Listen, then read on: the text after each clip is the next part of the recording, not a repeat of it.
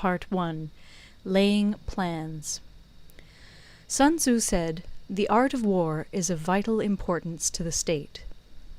It is a matter of life and death, a road either to safety or to ruin. Hence it is a subject of inquiry which can on no account be neglected.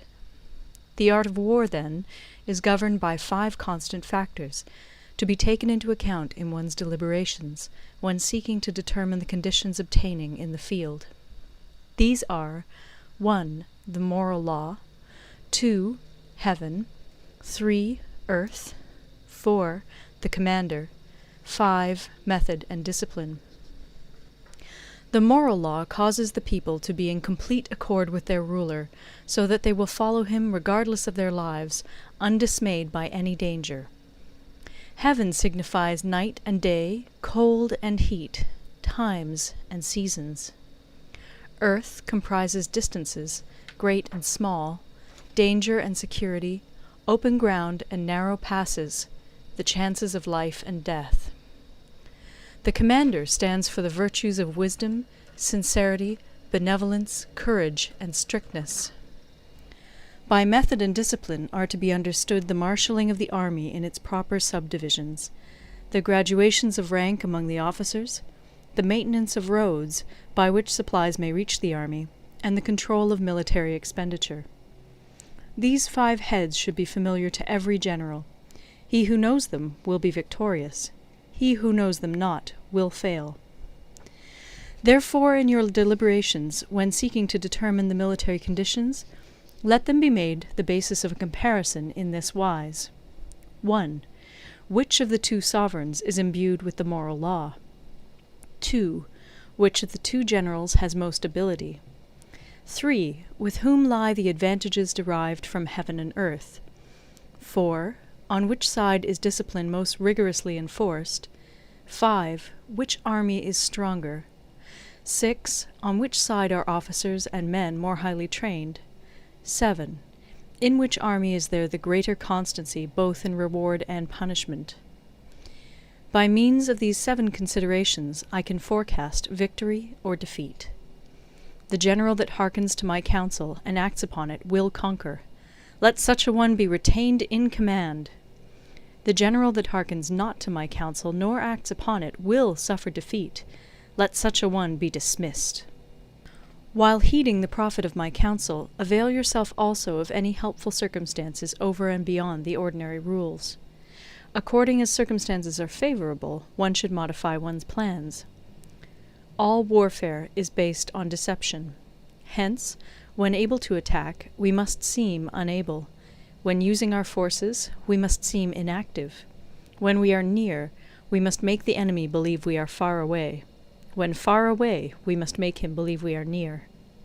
Hold out baits to entice the enemy, feign disorder, and crush him. If he is secure at all points, be prepared for him. If he is in superior strength, evade him. If your opponent is of choleric temper, seek to irritate him. Pretend to be weak, that he may grow arrogant. If he is taking his ease, give him no rest. If his forces are united, separate them. Attack him where he is unprepared. Appear where you are not expected. These military devices, leading to victory, must not be divulged beforehand. Now the general who wins a battle makes many calculations in his temple ere the battle is fought.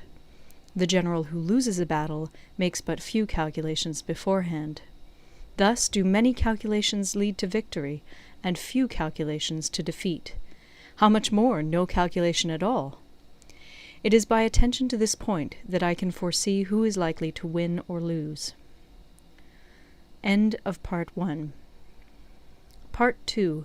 Waging War. Sun Tzu said, "In the operations of war, where there are in the field 1,000 swift chariots, as many heavy chariots, and 100,000 mail-clad soldiers, with provisions enough to carry them 1,000 li, the expenditure at home and at the front, including entertainment of guests, small items such as glue and paint, and sums spent on chariots and armour, will reach the total of 1,000 ounces of silver per day. Such is the cost of raising an army of 100,000 men. When you engage in actual fighting, if victory is long in coming, then men's weapons will grow dull and their ardour will be damped. If you lay siege to a town, you will exhaust your strength. Again, if the campaign is protracted, the resources of the state will not be equal to the strain. Now, when your weapons are dulled, your ardour damped, your strength exhausted, and your treasure spent, other chieftains will spring up to take advantage of your extremity. Then no man, however wise, will be able to avert the consequences that must ensue. Thus, though we have heard of stupid haste in war, cleverness has never been seen associated with long delays. There is no instance of a country having benefited from prolonged warfare. It is only one who is thoroughly acquainted with the evils of war that can thoroughly understand the profitable way of carrying it on.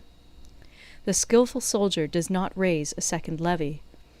Neither are his supply wagons loaded more than twice. Bring war material with you from home, but forage on the enemy. Thus the army will have food enough for its needs. Poverty of the state exchequer causes an army to be maintained by contributions from a distance. Contributing to maintain an army at a distance causes the people to be impoverished. On the other hand, the proximity of an army causes prices to go up, and high prices cause the people's substance to be drained away.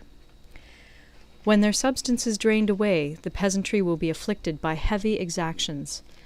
With this loss of substance and exhaustion of strength, the homes of the people will be stripped bare, and 3/10 of their income will be dissipated, while government expenses for broken chariots, worn-out horses, breastplates and helmets, bows and arrows, spears and shields, protective mantles, draught oxen, and heavy wagons will amount to 4/10 of its total revenue. Hence, a wise general makes a point of foraging on the enemy. 1 cartload of the enemy's provisions is equivalent to 20 of one's own, and likewise a single picul of his provender is equivalent to 20 from one's own store. Now, in order to kill the enemy, our men must be roused to anger.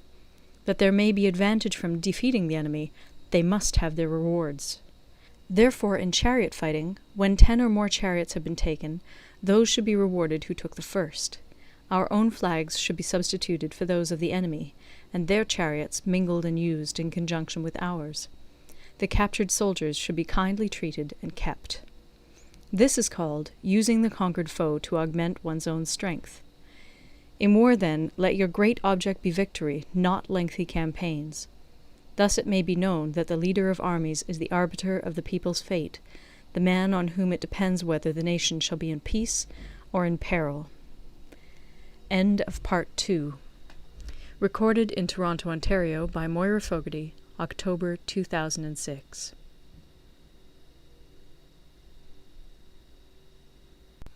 Part 3. Attack by Stratagem. Sun Tzu said, "In the practical art of war, the best thing of all is to take the enemy's country whole and intact. To shatter and destroy it is not so good. So, too, it is better to recapture an army entire than to destroy it, to capture a regiment, a detachment, or a company entire than to destroy them. Hence, to fight and conquer in all your battles is not supreme excellence.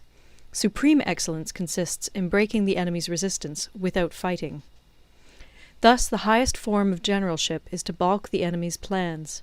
The next best is to prevent the junction of the enemy's forces. The next in order is to attack the enemy's army in the field, and the worst policy of all is to besiege walled cities. The rule is, not to besiege walled cities if it can possibly be avoided. The preparation of mantlets, movable shelters, and various implements of war will take up 3 whole months, and the piling up of mounds against the walls will take 3 months more. The general, unable to control his irritation, will launch his men to the assault like swarming ants, with the result that 1/3 of his men are slain, while the town still remains untaken. Such are the disastrous effects of a siege. Therefore the skilful leader subdues the enemy's troops without any fighting. He captures their cities without laying siege to them. He overthrows their kingdom without lengthy operations in the field.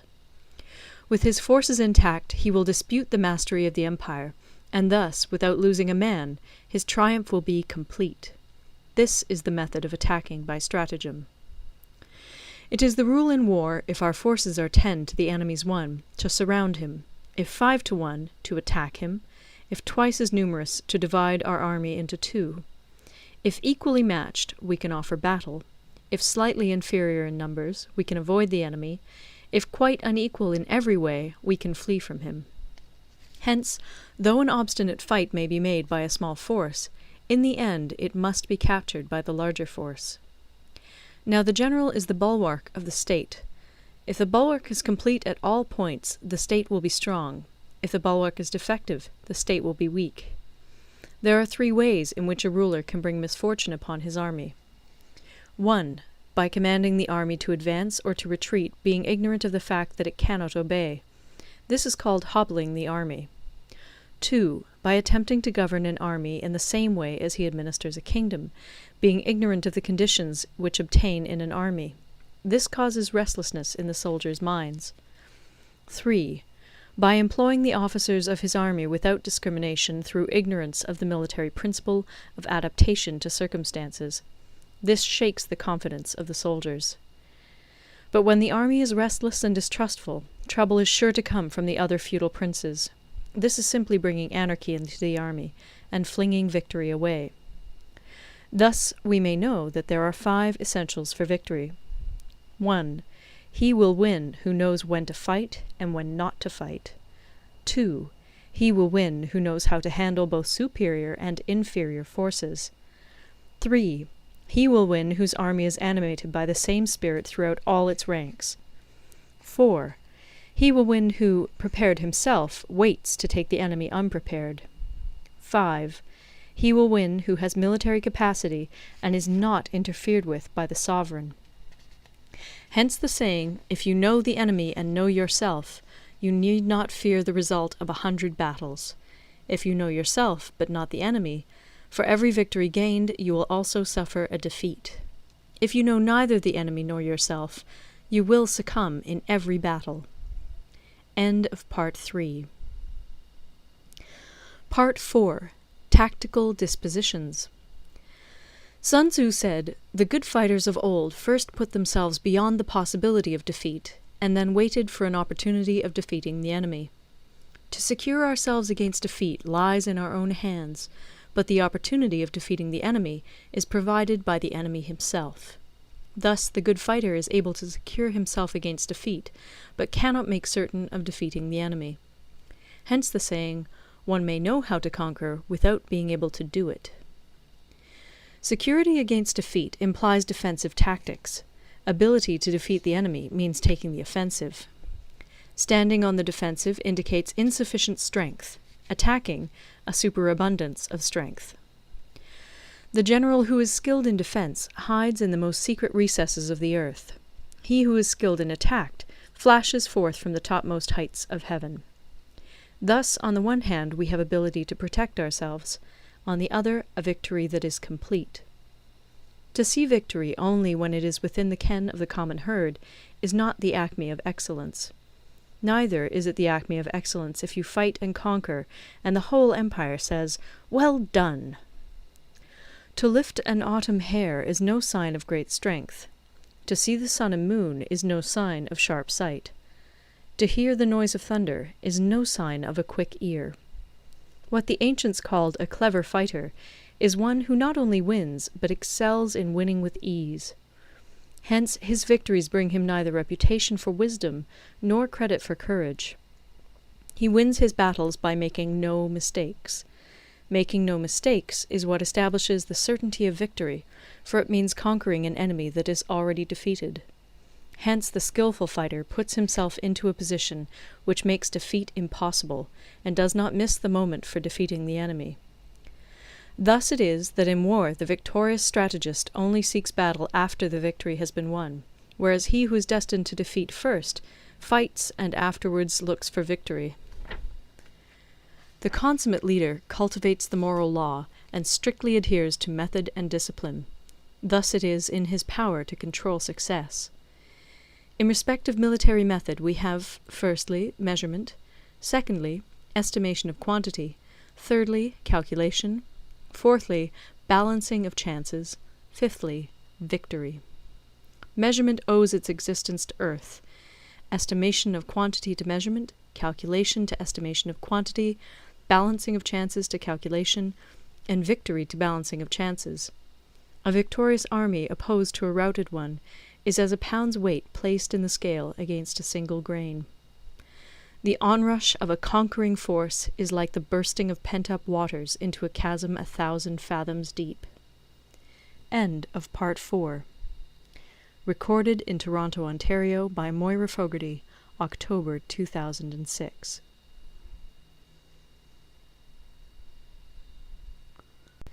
Part 5. Energy. Sun Tzu said, "The control of a large force is the same principle as the control of a few men. It is merely a question of dividing up their numbers." Fighting with a large army under your command is nowise different from fighting with a small one. It is merely a question of instituting signs and signals.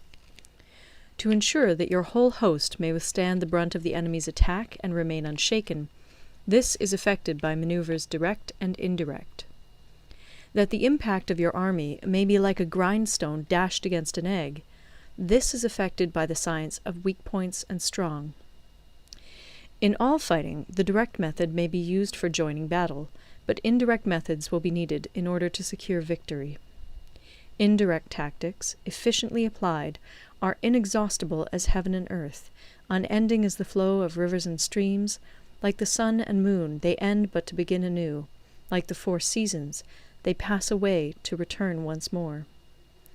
There are not more than 5 musical notes, yet the combinations of these 5 give rise to more melodies than can ever be heard. There are not more than 5 primary colors, blue, yellow, red, white, and black, yet in combination they produce more hues than can ever be seen. There are not more than 5 cardinal tastes, sour, acrid, salt, sweet, bitter, yet combinations of them yield more flavors than can ever be tasted. In battle there are not more than 2 methods of attack, the direct and the indirect, yet these 2 in combination give rise to an endless series of maneuvers. The direct and the indirect lead on to each other in turn.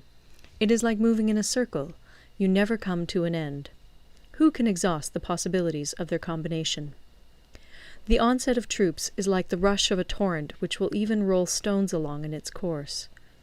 The quality of decision is like the well-timed swoop of a falcon, which enables it to strike and destroy its victim. Therefore, the good fighter will be terrible in his onset and prompt in his decision. Energy may be likened to the bending of a crossbow, decision to the releasing of a trigger. Amid the turmoil and tumult of battle, there may be seeming disorder, and yet no real disorder at all. Amid confusion and chaos, your array may be without head or tail, yet it will be proof against defeat. Simulated disorder postulates perfect discipline. Simulated fear postulates courage. Simulated weakness postulates strength. Hiding order beneath the cloak of disorder is simply a question of subdivision. Concealing courage under their show of timidity presupposes a fund of latent energy. Masking strength with weakness is to be effected by tactical dispositions. Thus, one who is skilful at keeping the enemy on the move maintains deceitful appearances, according to which the enemy will act. He sacrifices something that the enemy may snatch at it. By holding out baits, he keeps him on the march. Then, with a body of picked men, he lies in wait for him. The clever combatant looks to the effect of combined energy, and does not require too much from individuals. Hence his ability to pick out the right men and utilize combined energy. When he utilizes combined energy, his fighting men become as it were like unto rolling logs or stones, for it is the nature of a log or stone to remain motionless on level ground, and to move when on a slope. If four-cornered, to come to a standstill, but if round-shaped, to go rolling down. Thus the energy developed by good fighting men is as the momentum of a round stone rolled down a mountain thousands of feet in height. So much on the subject of energy. End of Part 5. Part 6. Weak Points and Strong. Sun Tzu said, "Whoever is first in the field and awaits the coming of the enemy will be fresh for the fight. Whoever is second in the field and has to hasten to battle will arrive exhausted." Therefore, the clever combatant imposes his will on the enemy but does not allow the enemy's will to be imposed on him. By holding out advantages to him, he can cause the enemy to approach of his own accord, or, by inflicting damage, he can make it impossible for the enemy to draw near. If the enemy is taking his ease, he can harass him. If well supplied with food, he can starve him out. If quietly encamped, he can force him to move. Appear at points which the enemy must hasten to defend.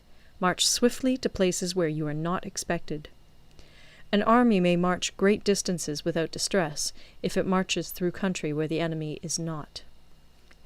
You can be sure of succeeding in your attacks if you only attack places which are undefended. You can ensure the safety of your defense if you only hold positions that cannot be attacked.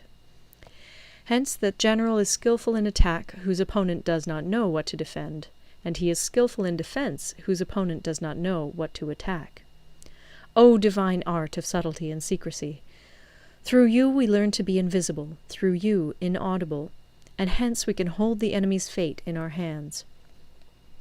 You may advance and be absolutely irresistible if you make for the enemy's weak points. You may retire and be safe from pursuit if your movements are more rapid than those of the enemy. If we wish to fight, the enemy can be forced to an engagement even though he be sheltered behind a high rampart and a deep ditch. All we need do is attack some other place that he will be obliged to relieve. If we do not wish to fight, we can prevent the enemy from engaging us even though the lines of our encampment be merely traced out on the ground. All we need do is throw something odd and unaccountable in his way. By discovering the enemy's dispositions and remaining invisible ourselves, we can keep our forces concentrated while the enemy's must be divided. We can form a single united body while the enemy must split up into fractions. Hence there will be a whole pitted against separate parts of a whole, which means that we shall be many to the enemy's few. And if we are able thus to attack an inferior force with a superior one, our opponents will be in dire straits. The spot where we intend to fight must not be made known, for then the enemy will have to prepare against a possible attack at several different points. And his forces being thus distributed in many directions, the numbers we shall have to face at any given point will be proportionately few. For should the enemy strengthen his van, he will weaken his rear. Should he strengthen his rear, he will weaken his van. Should he strengthen his left, he will weaken his right. Should he strengthen his right, he will weaken his left. If he sends reinforcements everywhere, he will everywhere be weak. Numerical weakness comes from having to prepare against possible attacks. Numerical strength from compelling our adversary to make these preparations against us. Knowing the place and the time of the coming battle, we may concentrate from the greatest distances in order to fight. But if neither time nor place be known, then the left wing will be impotent to succour the right equally impotent to succour the left, the van unable to relieve the rear, or the rear to support the van. How much more so if the furthest proportions of the army are anything under 100 li apart, and even the nearest are separated by several li? Though according to my estimate the soldiers of Yue exceed our own in number, that shall advantage them nothing in the matter of victory. I say then that victory can be achieved. Though the enemy be stronger in numbers, we may prevent him from fighting. Scheme so as to discover his plans and the likelihood of their success. Rouse him and learn the principle of his activity or inactivity. Force him to reveal himself so as to find out his vulnerable spots. Carefully compare the opposing army with your own, so that you may know where strength is superabundant and where it is deficient. In making tactical dispositions, the highest pitch you can attain is to conceal them. Conceal your dispositions, and you will be safe from the prying of the subtlest spies, from the machinations of the wisest brains. How victory may be produced for them out of the enemy's own tactics, that is what the multitude cannot comprehend. All men can see the tactics whereby I conquer, but what none can see is the strategy out of which victory is evolved. Do not repeat the tactics which have gained you one victory, but let your methods be regulated by the infinite variety of circumstances. Military tactics are like unto water, for water in its natural course runs away from high places and hastens downwards. So in war, the way is to avoid what is strong and to strike at what is weak. Water shapes its course according to the nature of the ground over which it flows. The soldier works out his victory in relation to the foe whom he is facing. Therefore, just as water retains no constant shape, in warfare there are no constant conditions.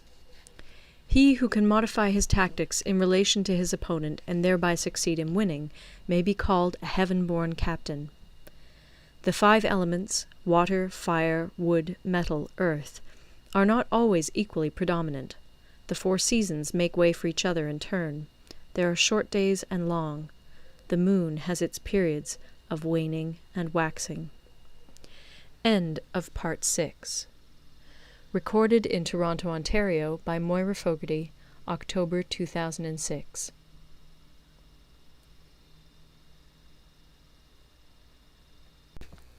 Part 7. Maneuvering.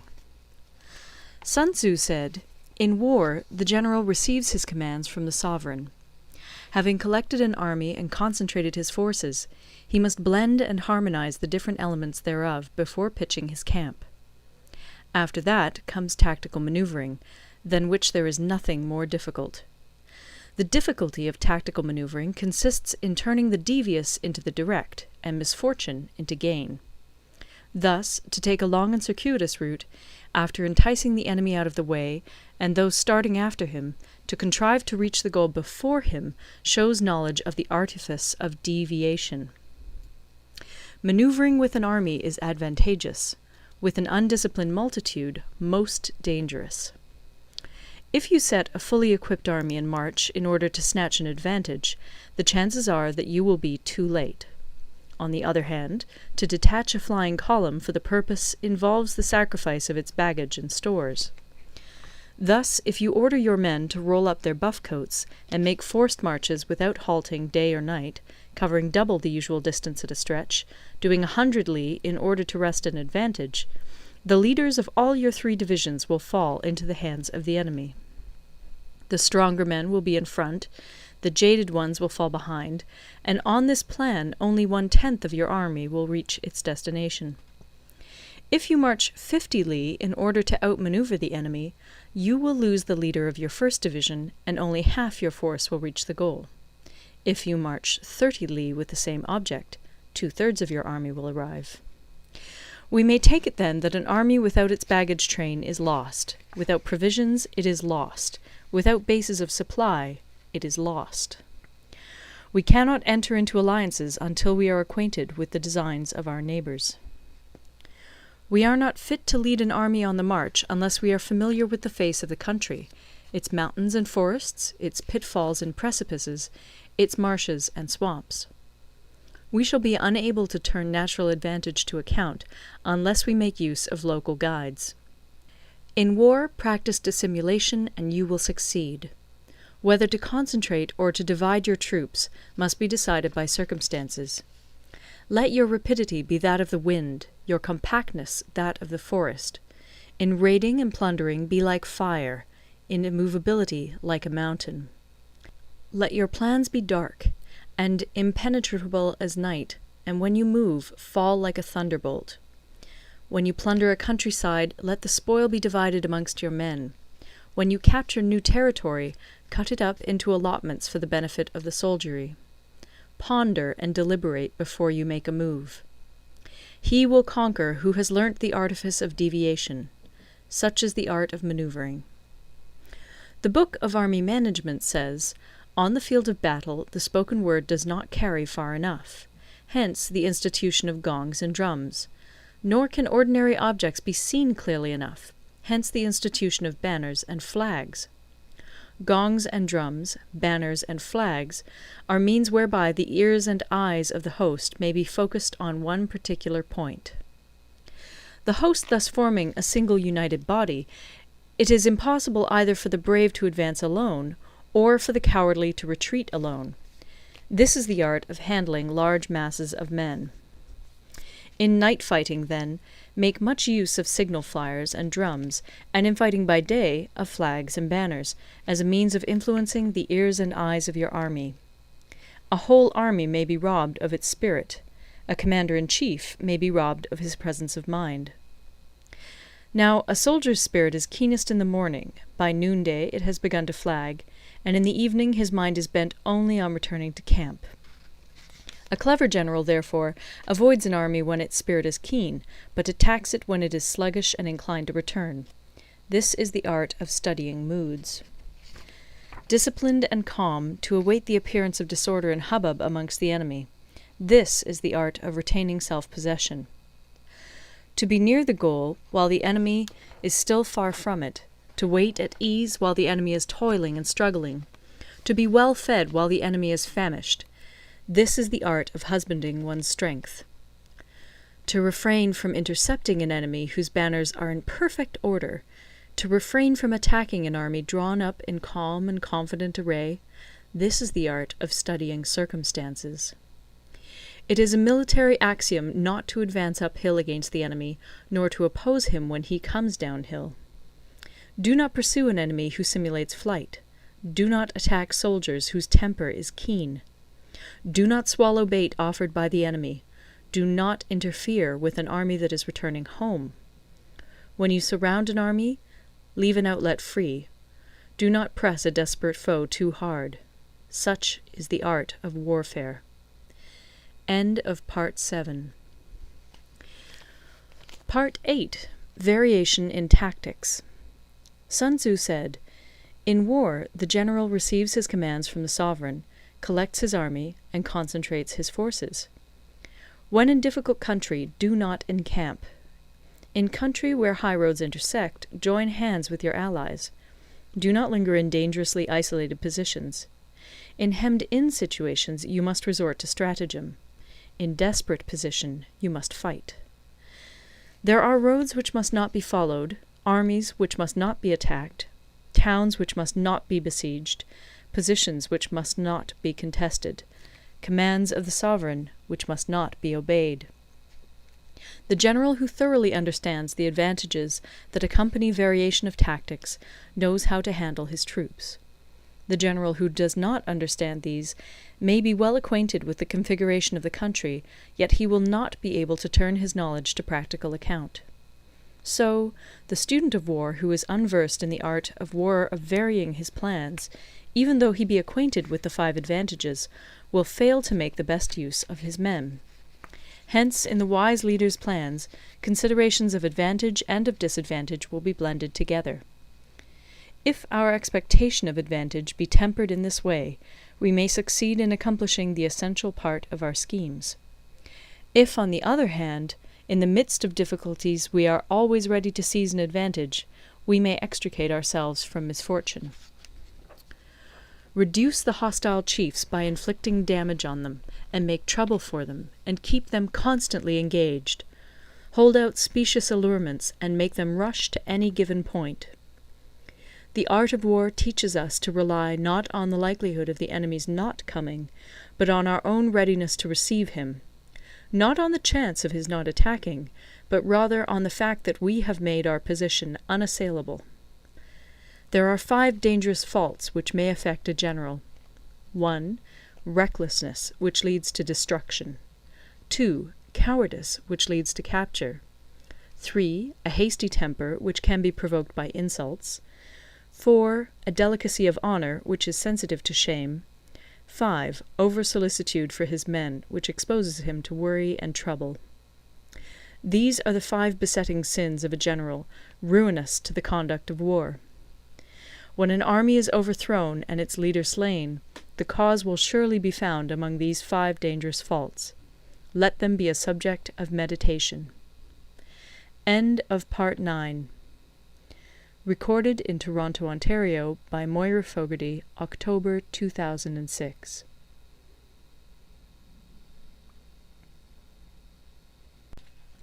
Part 9. The Army on the March. Sun Tzu said, "We come now to the question of encamping the army, and observing signs of the enemy. Pass quickly over mountains, and keep in the neighbourhood of valleys.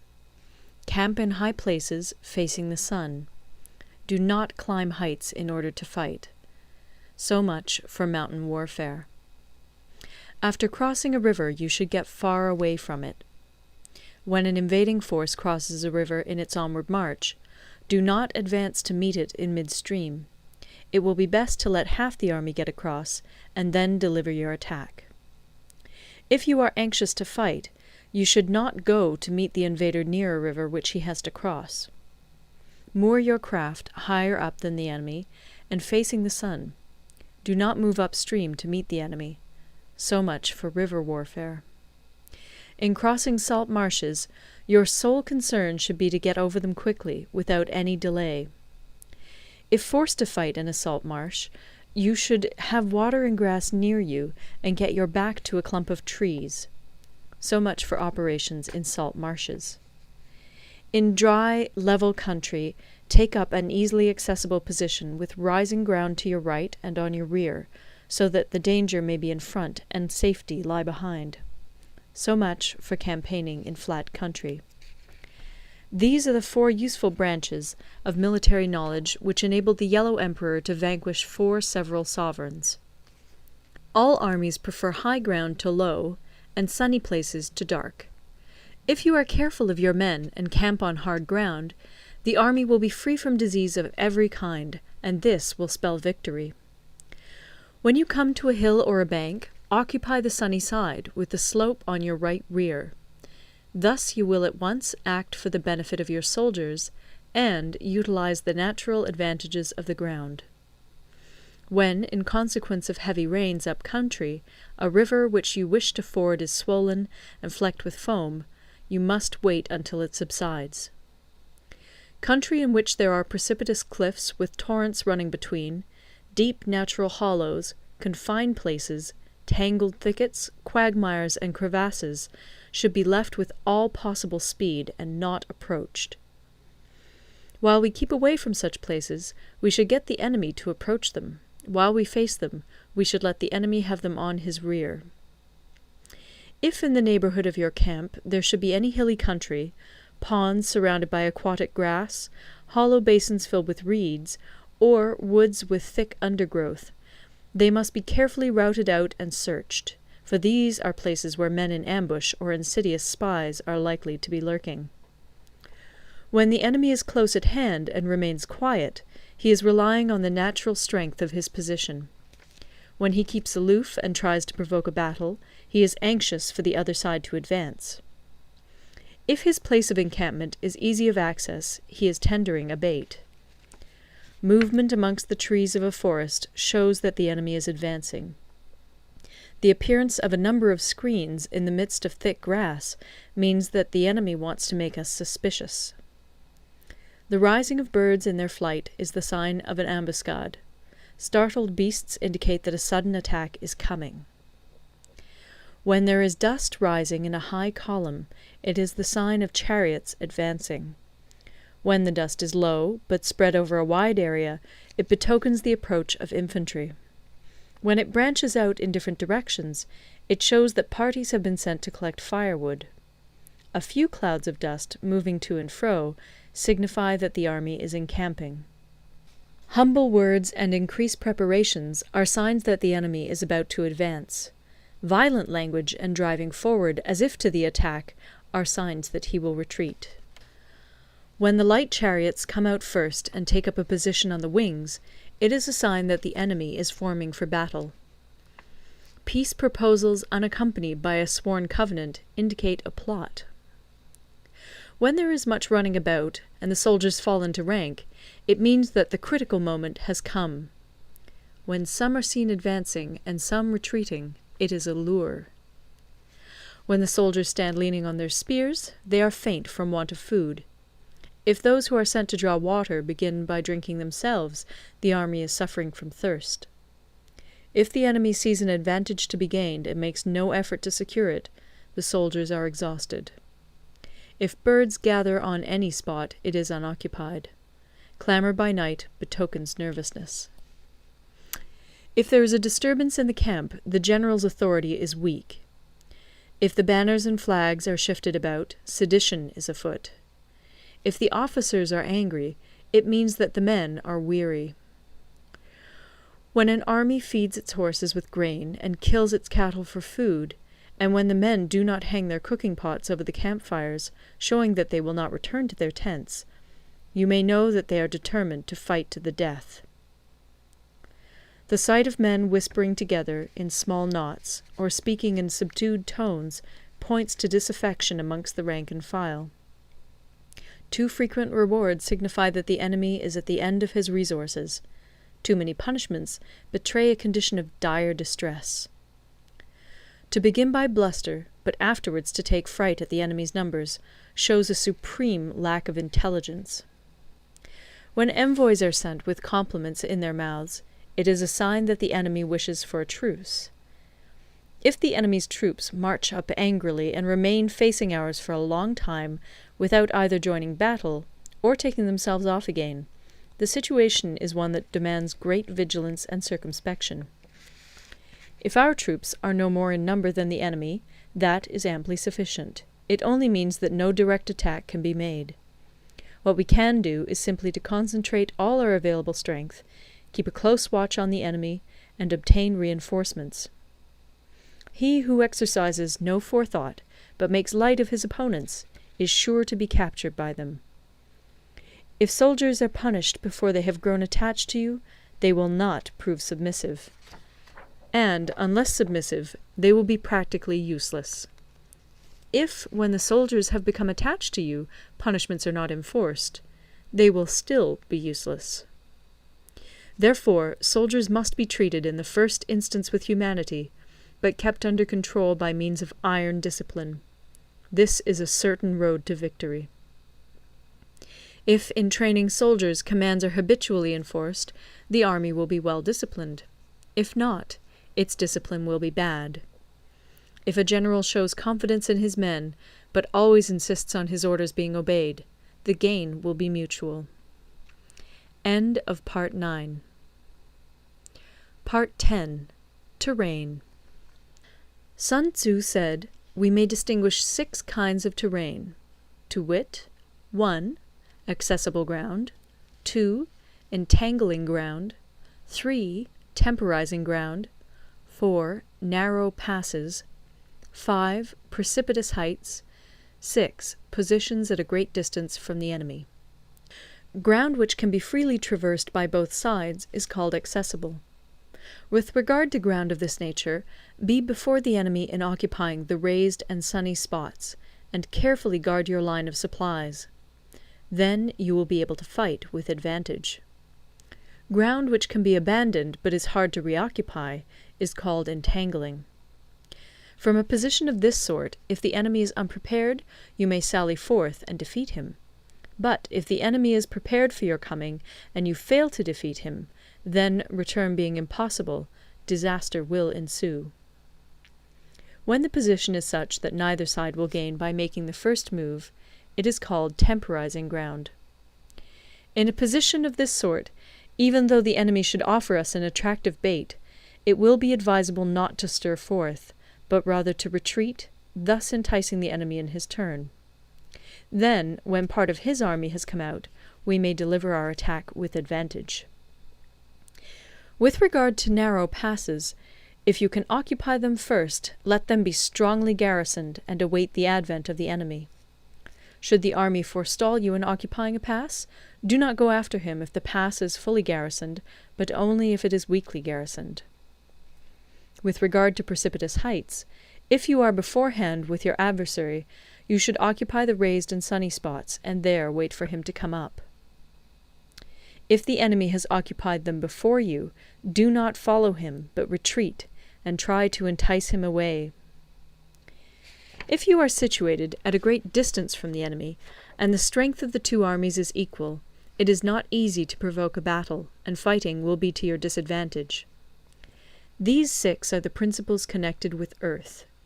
The general who's attained a responsible post must be careful to study them. Now, an army is exposed to 6 several calamities, not arising from natural causes, but from faults for which the general is responsible. These are 1. Flight, 2. Insubordination, 3. Collapse, 4. Ruin, 5. Disorganization, 6. Rout. Other conditions being equal, if one force is hurled against another 10 times its size, the result will be the flight of the former. When the common soldiers are too strong and their officers too weak, the result is insubordination. When the officers are too strong and the common soldiers too weak, the result is collapse. When the higher officers are angry and insubordinate, and on meeting the enemy give battle on their own account from a feeling of resentment, before the commander-in-chief can tell whether or not he is in a position to fight, the result is ruin. When the general is weak and without authority, when his orders are not clear and distinct, when there are no fixed duties assigned to officers and men, and the ranks are formed in a slovenly, haphazard manner, the result is utter disorganization. When a general, unable to estimate the enemy's strength, allows an inferior force to engage a larger one, or hurls a weak detachment against a powerful one, and neglects to place picked soldiers in the front rank, the result must be rout. These are 6 ways of courting defeat, which must be carefully noted by the general who has attained a responsible post. The natural formation of the country is the soldier's best ally, but a power of estimating the adversary, of controlling the forces of victory, and of shrewdly calculating difficulties, dangers, and distances, constitutes the test of a great general. He who knows these things, and in fighting puts his knowledge into practice, will win his battles. He who knows them not, nor practices them, will surely be defeated. If fighting is sure to result in victory, then you must fight, even though the ruler forbid it. If fighting will not result in victory, then you must not fight even at the ruler's bidding. The general who advances without coveting fame, and retreats without fearing disgrace, whose only thought is to protect his country and do good service for his sovereign, is the jewel of the kingdom. Regard your soldiers as your children, and they will follow you into the deepest valleys. Look upon them as your own beloved sons, and they will stand by you even unto death. If, however, you are indulgent, but unable to make your authority felt, kind-hearted, but unable to enforce your commands, and incapable, moreover, of quelling disorder, then your soldiers must be likened to spoilt children. They are useless for any practical purpose. If we know that our own men are in a condition to attack, but are unaware that the enemy is not open to attack, we have gone only half-way towards victory. If we know that the enemy is open to attack, but are unaware that our own men are not in a condition to attack, we have gone only half-way towards victory. If we know that the enemy is open to attack, and also know that our men are in a condition to attack, but are unaware that the nature of the ground makes fighting impracticable, we have still only gone half-way towards victory. Hence the experienced soldier, once in motion, is never bewildered. Once he has broken camp, he is never at a loss. Hence the saying, "If you know the enemy and know yourself, your victory will not stand in doubt. If you know heaven and know earth, you may make your victory complete." End of Part 10. Recorded in Toronto, Ontario by Moira Fogarty, October 2006.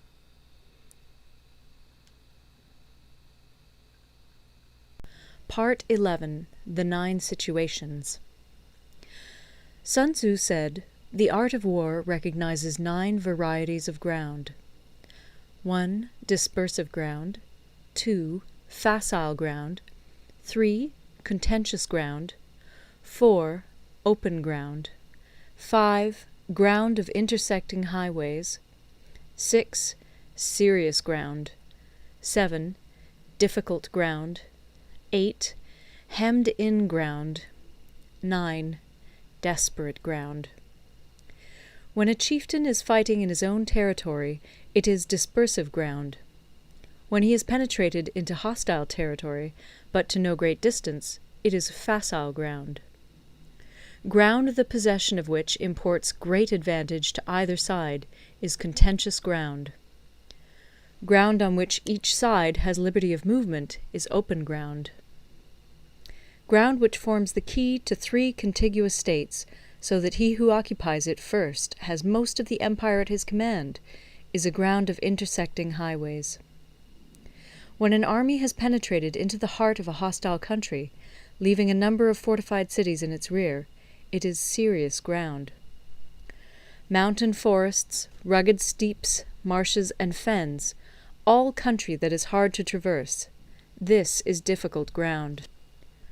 Ground which is reached through narrow gorges, and from which we can only retire by tortuous paths, so that a small number of the enemy would suffice to crush a large body of our men, this is hemmed-in ground.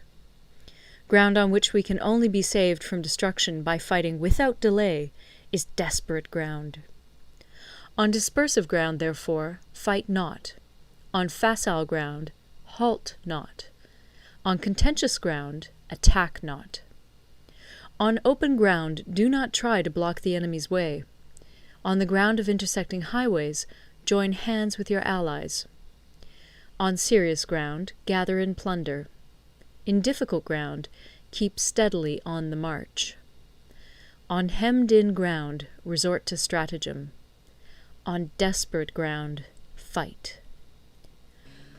Those who were called skilful leaders of old knew how to drive a wedge between the enemy's front and rear, to prevent cooperation between his large and small divisions, to hinder the good troops from rescuing the bad, the officers from rallying their men. When the enemy's men were united, they managed to keep them in disorder. When it was to their advantage, they made a forward move. When otherwise, they stopped still. If asked how to cope with a great host of the enemy in orderly array, and on the point of marching to the attack, I should say, begin by seizing something which your opponent holds dear. Then he will be amenable to your will. Rapidity is the essence of war. Take advantage of the enemy's unreadiness. Make your way by unexpected routes, and attack unguarded spots. The following are the principles to be observed by an invading force. The further you penetrate into a country, the greater will be the solidarity of your troops, and thus the defenders will not prevail against you. Make forays in fertile country in order to supply your army with food. Carefully study the well-being of your men, and do not overtax them. Concentrate your energy and hoard your strength. Keep your army continually on the move, and devise unfathomable plans. Throw your soldiers into positions whence there is no escape, and they will prefer death to flight. If they will face death, there is nothing they may not achieve. Officers and men alike will put forth their uttermost strength. Soldiers, when in desperate straits, lose the sense of fear. If there is no place of refuge, they will stand firm. If they are in hostile country, they will show a stubborn front. If there is no help for it, they will fight hard. Thus, without waiting to be marshalled, the soldiers will be constantly on the qui-vive. Without waiting to be asked, they will do your will. Without restrictions, they will be faithful. Without giving orders, they can be trusted. Prohibit the taking of omens, and do away with superstitious doubts. Then, until death itself comes, no calamity need be feared. If our soldiers are not overburdened with money, it is not because they have a distaste for riches. If their lives are not unduly long, it is not because they are disinclined to longevity. On the day they are ordered out to battle, your soldiers may weep, those sitting up bedewing their garments, and those lying down, letting the tears run down their cheeks. But let them once be brought to bay, and they will display the courage of a Chu or a Kui. The skilful tactician may be likened to the Shuai-jan. Now, the Shuai-jan is a snake that is found in the Ch'ung Mountains. Strike at its head, and you will be attacked by its tail. Strike at its tail, and you will be attacked by its head. Strike at the middle, and you will be attacked by head and tail both. Asked if an army can be made to imitate the Shuai-jan, I should answer yes. For the men of Wu and the men of Yue are enemies. Yet if they are crossing a river in the same boat and are caught by a storm, they will come to each other's assistance, just as the left hand helps the right. Hence it is not enough to put one's trust in the tethering of horses and the burying of chariot wheels in the ground. The principle on which to manage an army is to set up one standard of courage, which all must reach. How to make the best of both strong and weak, that is a question involving the proper use of ground. Thus, the skilful general conducts his army just as though he were leading a single man, willy-nilly, by the hand. It is the business of a general to be quiet, and thus ensure secrecy, upright and just, and thus maintain order. He must be able to mystify his officers and men by false reports and appearances, and thus keep them in total ignorance. By altering his arrangements and changing his plans, he keeps the enemy without definite knowledge. By shifting his camp and taking circuitous routes, he prevents the enemy from anticipating his purpose. At the critical moment, the leader of an army acts like one who has climbed up a height and then kicks away the ladder behind him.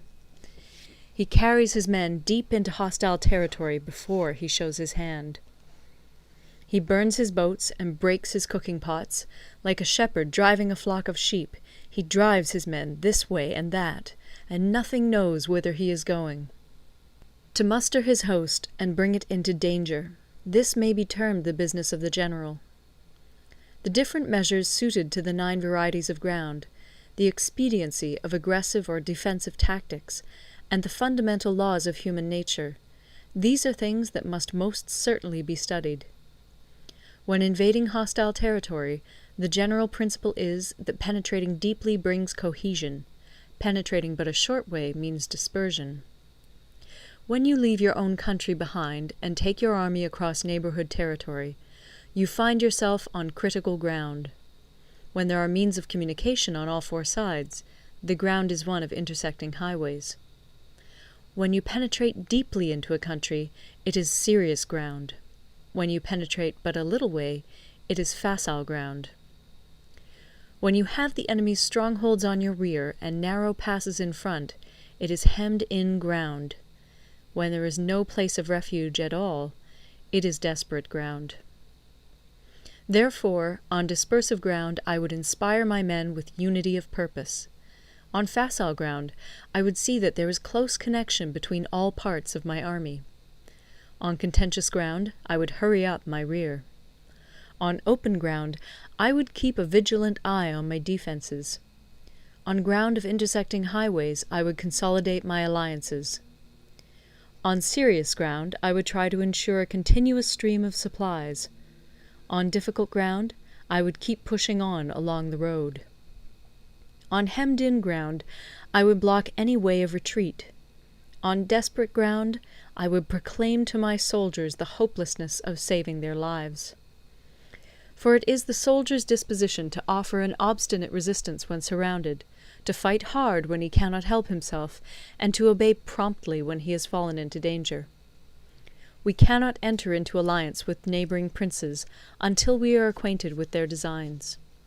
We are not fit to lead an army on the march unless we are familiar with the face of the country, its mountains and forests, its pitfalls and precipices, its marshes and swamps. We shall be unable to turn natural advantages to account unless we make use of local guides. To be ignored of any one of the following 4 or 5 principles does not befit a warlike prince. When a warlike prince attacks a powerful state, his generalship shows itself in preventing the concentration of the enemy's forces. He overawes his opponents, and their allies are prevented from joining against him. Hence he does not strive to ally himself with all and sundry, nor does he foster the power of other states.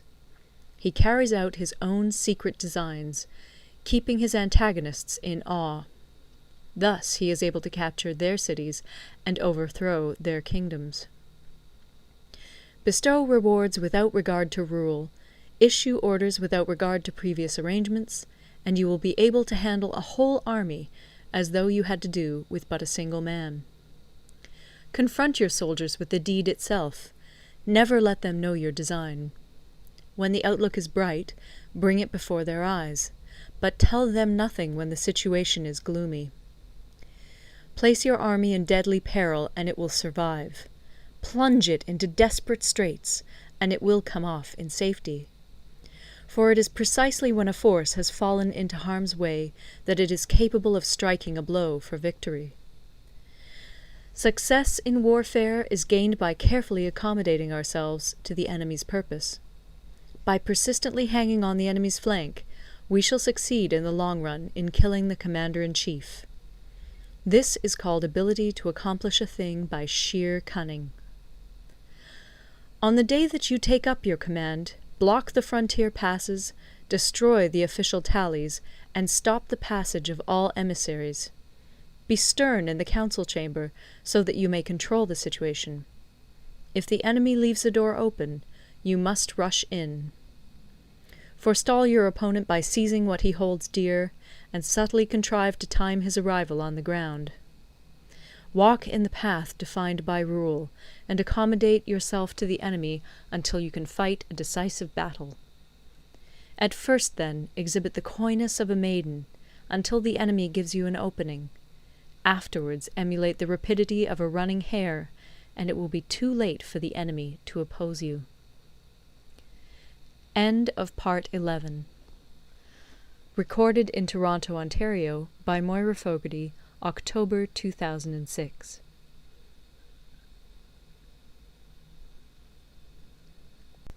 Part 12. The Attack by Fire. Sun Tzu said, "There are 5 ways of attacking with fire. The first is to burn soldiers in their camp. The second is to burn stores. The third is to burn baggage trains. The fourth is to burn arsenals and magazines. The fifth is to hurl dropping fire amongst the enemy." In order to carry out an attack, we must have means available. The material for raising fire should always be kept in readiness. There is a proper season for making attacks with fire, and special days for starting a conflagration. The proper season is when the weather is very dry. The special days are those when the moon is in the constellations of the Sieve, the Wall, the Wing, or the Crossbar, for these 4 are all days of rising wind. In attacking with fire, one should be prepared to meet 5 possible developments. 1. When fire breaks out inside to enemy's camp, respond at once with an attack from without. 2. If there is an outbreak of fire, but the enemy's soldiers remain quiet, bide your time and do not attack. 3. When the force of the flames has reached its height, follow it up with an attack, if that is practicable. If not, stay where you are. 4. If it is possible to make an assault with fire from without, do not wait for it to break out within, but deliver your attack at a favorable moment. 5. When you start a fire, be to windward of it. Do not attack from the leeward. A wind that rises in the daytime lasts long, but a night breeze soon falls. In every army, the 5 developments connected with fire must be known, the movements of the stars calculated, and a watch kept for the proper days. Hence, those who use fire as an aid to the attack show intelligence. Those who use water as an aid to the attack gain an accession of strength. By means of water, an enemy may be intercepted, but not robbed of all his belongings. Unhappy is the fate of one who tries to win his battles and succeed in his attacks without cultivating the spirit of enterprise, for the result is a waste of time and general stagnation. Hence the saying, "The enlightened ruler lays his plans well ahead. The good general cultivates his resources." Move not unless you see an advantage. Use not your troops unless there is something to be gained. Fight not unless the position is critical. No ruler should put troops into the field merely to gratify his own spleen. No general should fight a battle simply out of pique. If it is to your advantage, make a forward move. If not, stay where you are. Anger may in time change to gladness. Vexation may be succeeded by content. But a kingdom that has once been destroyed can never come again into being, nor can the dead ever be brought back to life. Hence the enlightened ruler is heedful, and the good general full of caution. This is the way to keep a country at peace and an army intact. End of Part 12. Part 13. The Use of Spies. Sun Tzu said, "Raising a host of 100,000 men and marching them great distances entails heavy loss on the people and a drain on the resources of the state. The daily expenditure will amount to 1,000 ounces of silver. There will be commotion at home and abroad, and men will drop down exhausted on the highways. As many as 700,000 families will be impeded in their labour. Hostile armies may feast each other for years, striving for the victory which is decided in a single day. This being so, to remain in ignorance of the enemy's conditions simply because one grudges the outlay of 100 ounces of silver in honours and emoluments is the height of inhumanity. One who acts thus is no leader of men, no present help to his sovereign, no master of victory. Thus, what enables the wise sovereign and the good general to strike and conquer and achieve things beyond the reach of ordinary men is foreknowledge. Now, this foreknowledge cannot be elicited from spirits. It cannot be obtained inductively from experience, nor by any deductive calculation. Knowledge of the enemy's dispositions can only be obtained from other men. Hence the use of spies, of whom there are 5 classes. 1. Local spies. 2. Inward spies. 3. Converted spies. 4. Doomed spies. 5. Surviving spies. When these 5 kinds of spy are all at work, none can discover the secret system. This is called divine manipulation of the threads. It is the sovereign's most precious faculty. Having local spies means employing the services of the inhabitants of a district. Having inward spies, making use of officials of the enemy. Having converted spies, getting hold of the enemy's spies and using them for our own purposes. Having doomed spies, doing certain things openly for purposes of deception, and allowing our spies to know of them and report them to the enemy. Surviving spies, finally, are those who bring back news from the enemy's camp. Hence it is that none in the whole army are more intimate relations to be maintained than with spies. None should be more liberally rewarded. In no other business should greater secrecy be preserved. Spies cannot be usefully employed without a certain intuitive sagacity. They cannot be properly managed without benevolence and straightforwardness. Without subtle ingenuity of mind, one cannot make certain of the truth of their reports. Be subtle, and use your spies for every kind of business. If a secret piece of news is divulged by a spy before the time is ripe, he must be put to death together with the man to whom the secret was told. Whether the object be to crush an army, to storm a city, or to assassinate an individual, it is always necessary to begin by finding out the names of the attendants, the aides-de-camp, and doorkeepers and sentries of the general in command. Our spies must be commissioned to ascertain these.